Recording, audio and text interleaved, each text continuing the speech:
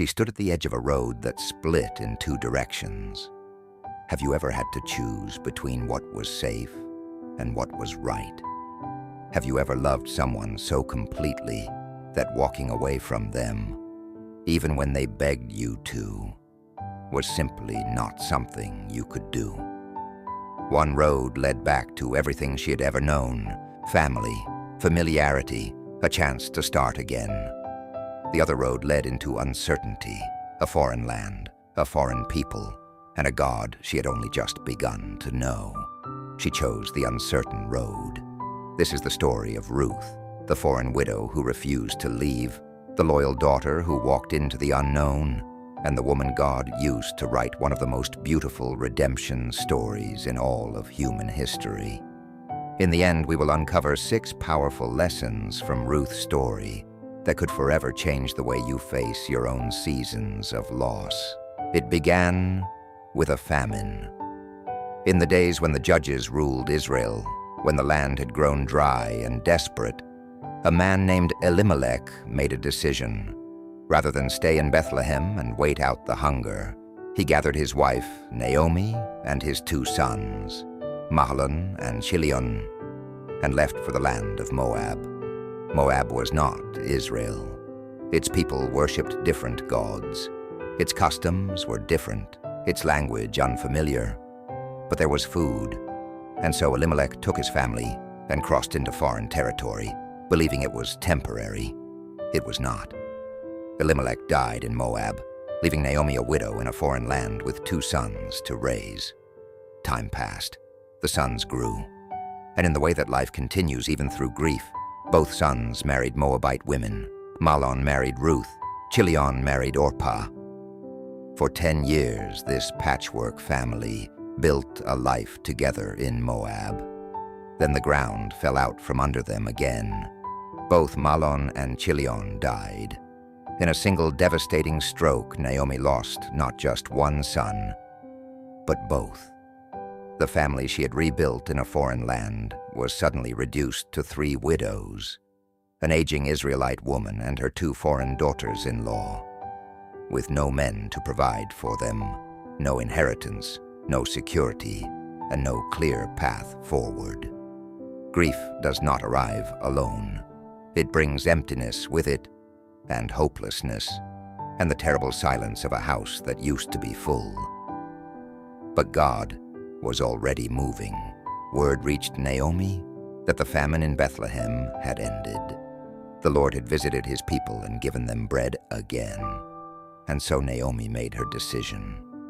She would go home. She set out from Moab with Ruth and Orpah walking beside her. But somewhere along the road, Naomi stopped. She turned to her daughters-in-law and did something that must have cost her everything. She released them. "Go back," she said. "Return to your mother's homes. May the Lord show you kindness as you have shown kindness to your husbands and to me. May the Lord grant each of you rest in the home of another husband." She kissed them. They wept together, all 3 of them standing on a dusty road between 2 worlds, held together by grief and love and the impossibility of the moment.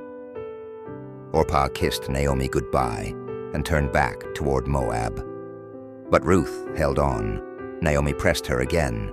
"Look, your sister-in-law has gone back to her people and her gods. Go back with her." And then Ruth spoke words that have echoed through thousands of years. Words so fierce and so tender that they have become one of the most quoted declarations of loyalty in all of human literature. "Do not urge me to leave you or to return from following you. For where you go, I will go, and where you lodge, I will lodge. Your people shall be my people, and your God my God. Where you die, I will die, and there will I be buried. May the Lord do so to me, and more also, if anything but death parts me from you."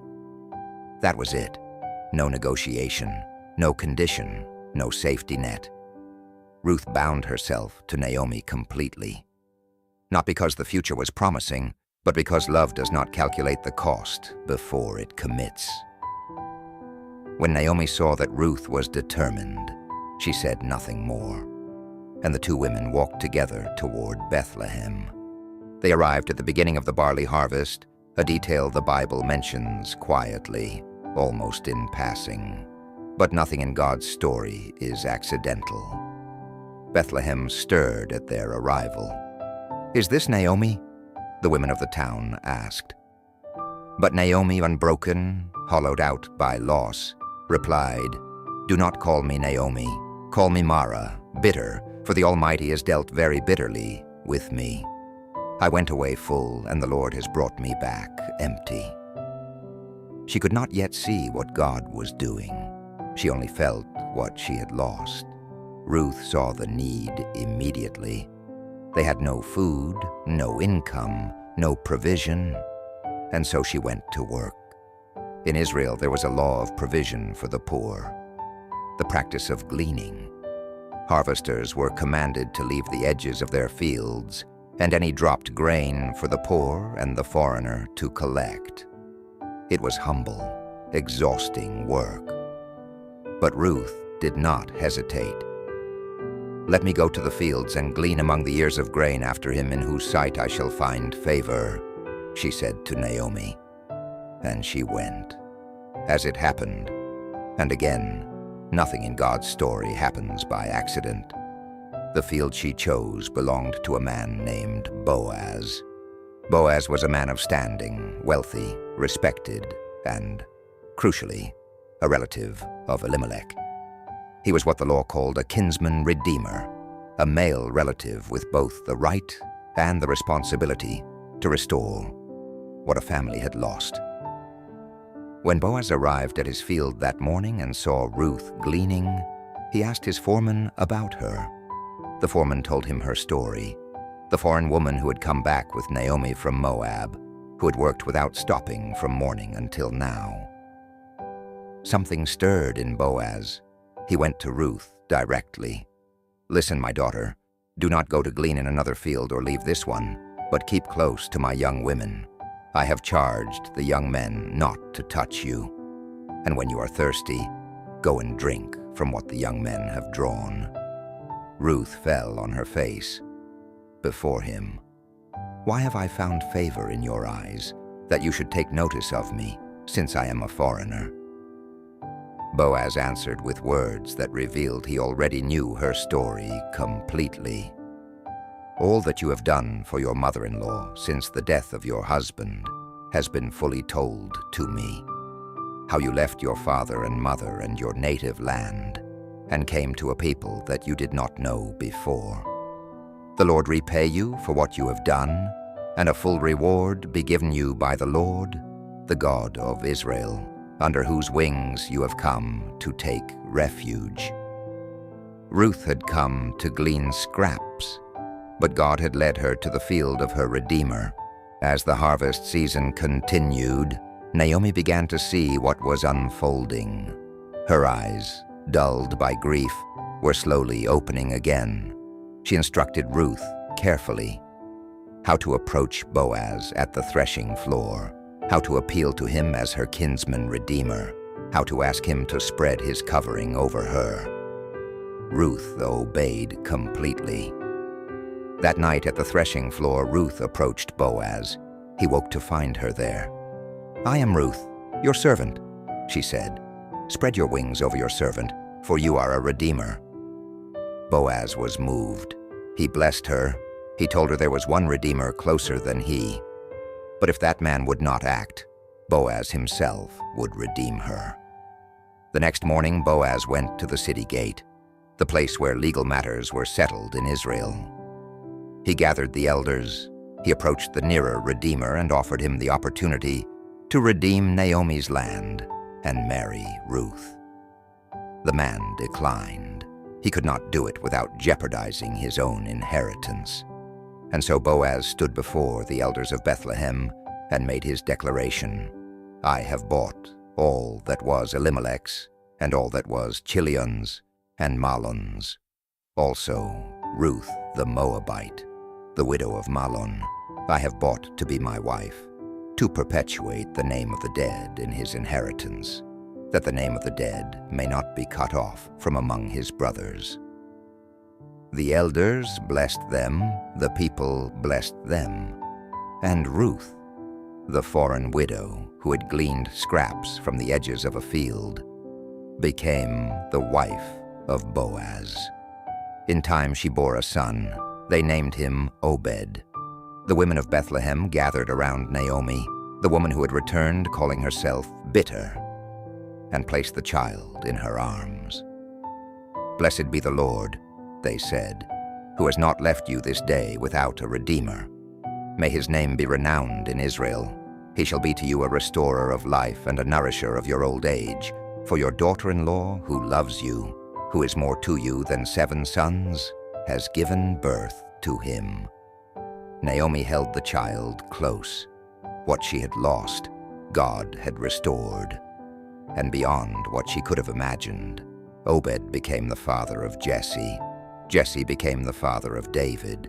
And from the line of David, centuries later, came Jesus Christ. A foreign widow who refused to leave a dusty road in Moab became part of the eternal story of redemption.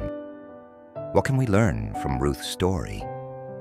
First, loyalty is one of the most powerful forces in the world. Ruth's refusal to leave Naomi was not logical. It was not strategic. It was love expressed through commitment. And God honored it beyond measure. Second, God meets us in our seasons of loss. Both Naomi and Ruth arrived in Bethlehem broken and empty, but God's provision was already waiting in the field. Third, humility opens doors that pride cannot. Ruth did not demand provision. She gleaned, she worked. She positioned herself with grace and humility, and God placed her directly in the path of her Redeemer. Fourth, God's timing is never accidental. Ruth arrived at harvest time. She chose Boaz's field. The nearer Redeemer stepped aside. Every detail was orchestrated by a God who had never stopped working. Fifth, faithfulness in small things leads to restoration in great things. Ruth was faithful in the field, faithful to Naomi, faithful to a God she was still learning, and that faithfulness became the foundation of her redemption. Sixth, God uses the outsider, the foreigner, and the forgotten. Ruth was a Moabite woman, outside the covenant, outside the culture, outside every expectation, and yet God placed her in the very lineage of his Son. Heavenly Father, you are the God who redeems, the God who leads the broken to fields of provision they could never have found on their own. Just as you led Ruth to the field of Boaz, you are leading me, even now, even in this season, toward a redemption I cannot yet see. Lord, there are roads in my life that have split in 2 directions. There are moments where I have been asked to choose between safety and faithfulness. Give me the courage of Ruth to say, where you go, I will go. Where you lead, I will follow. Whatever the cost, I will not turn back. When grief has hollowed me out and I can only call myself bitter, remind me that you are already moving. Remind me that the harvest is already prepared. Remind me that my Redeemer lives and that he has not forgotten me. Thank you for the widows and the foreigners and the forgotten ones in your word, for they remind me that no one is outside the reach of your redemption. You specialize in restoring what has been lost and rebuilding what has been broken. I place my empty hands before you today, trusting that you will fill them. In Jesus' mighty name, amen. Kindly let us know in the comments how Ruth's story has touched your heart and what other Bible stories you would like to see animated. Thank you for watching and God bless you. Please subscribe to The Shepherd's Voice.